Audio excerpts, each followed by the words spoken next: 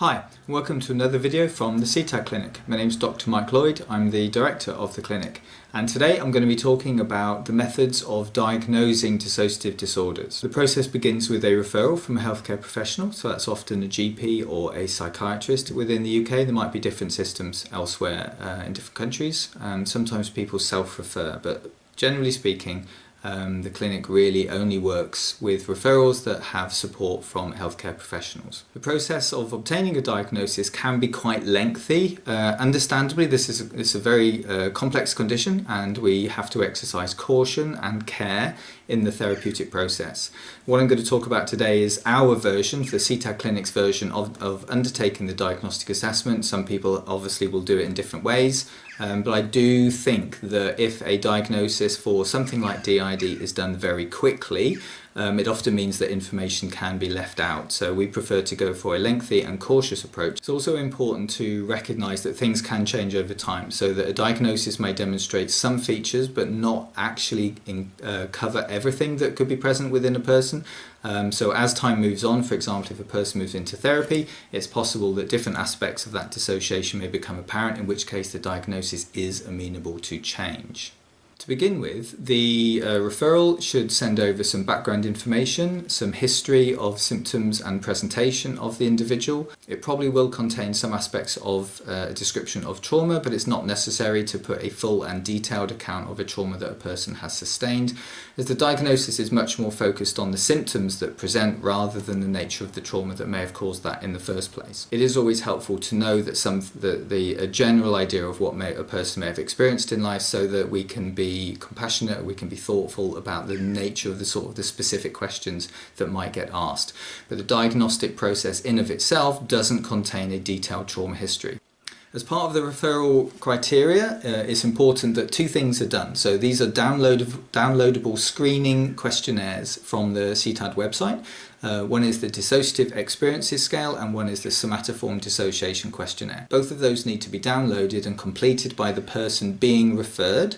And this gives us an overall view of the nature of the dissociation that may be experienced. So these are screening tools, not diagnostic tools in themselves, but they're both extremely helpful. We score them and we interpret those according to the various thresholds, and we look at the symptom presentation, breaking things down into amnesia, depersonalization, derealization, and identity alteration from the DES. And from the SDQ, we look at any physical, somatoform types symptoms that might be being experienced, i.e. physical symptoms without a justified medical cause. These two questionnaires then help guide us towards whether a more structured interview is required, and if they do, if the scores go across a certain threshold, then we apply what's called the structured clinical interview for dissociative disorders, also known as the SkidD. It's currently in the DSM-4 format, and Molly Steinberg is preparing the DSM-5 format.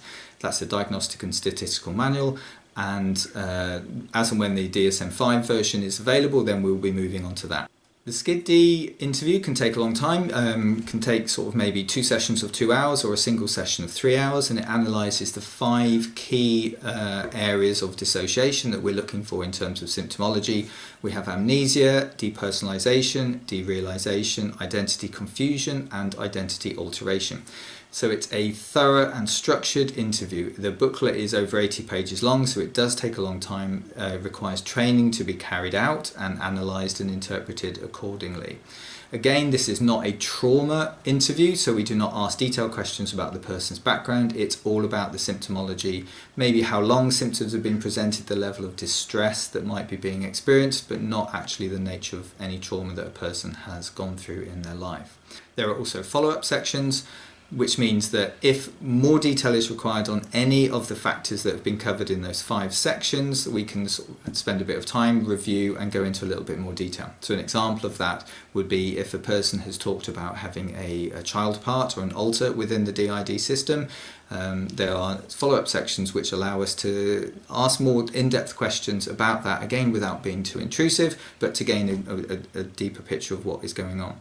We might also ask for corroborative evidence from other people, so trusted others, so other healthcare professionals or family members or friends that have witnessed aspects of that dissociation. Within the diagnostic framework, there is an algorithm to work through which measures intensity and severity and impact of the dissociation experiences on an individual's life, their relationships, and, for example, their employment history. It takes out any factors for alcohol or substance use or head injury or any medical factors that might be responsible for the experiences that are being understood within the dissociative framework. So what the SkidD does is it allows us to identify all the symptoms that are present, and it removes the explanation for those symptoms from a medical context. So that allows us to see it being as much more an emotional, psychological thing that we're actually analysing. We also take into account fabrication, which means that we rule out any sort of symptoms that might be presenting as a result of things like secondary gain or inconsistent factors, or symptoms that are being described whilst that person is in an acute state of distress. For example, if they have recently suffered a post-traumatic stress type experience and they might then overemphasize symptoms that are being presented, we have to take these things into account. Once we've ruled out all of those factors, we're left with an overview of dissociation across those 5 criteria that I mentioned, and that allows us then to develop the diagnosis. Once the diagnosis has been made, a report is written up which details all the factors, so it creates an audit trail or evidence for that diagnosis, so that if a person then needs to take that diagnosis to an employer or to another medical professional to seek guidance or help towards therapy, then there is a clear account of exactly what the nature of the dissociation is for that person.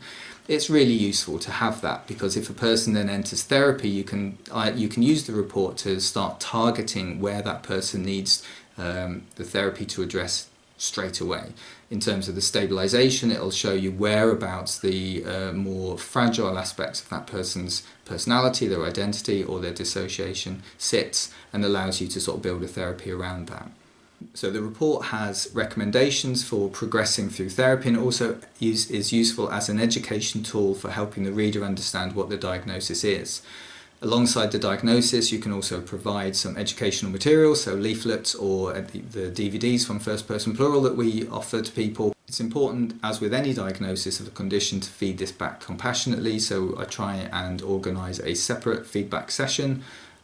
So the person is invited to look through a draft copy of the report just to make sure that all the technical details are correct, and then ask any questions they like about what has been written in that report. Once they are satisfied with the content, that it is correct and they understand exactly what it means, then copies are then sent out to the referrer and to any other people that the person being referred might identify as needing to know. There we have it. The essence of it is it comes from a straightforward referral into the clinic from a healthcare provider, so the communication trail begins by describing the process to that referrer.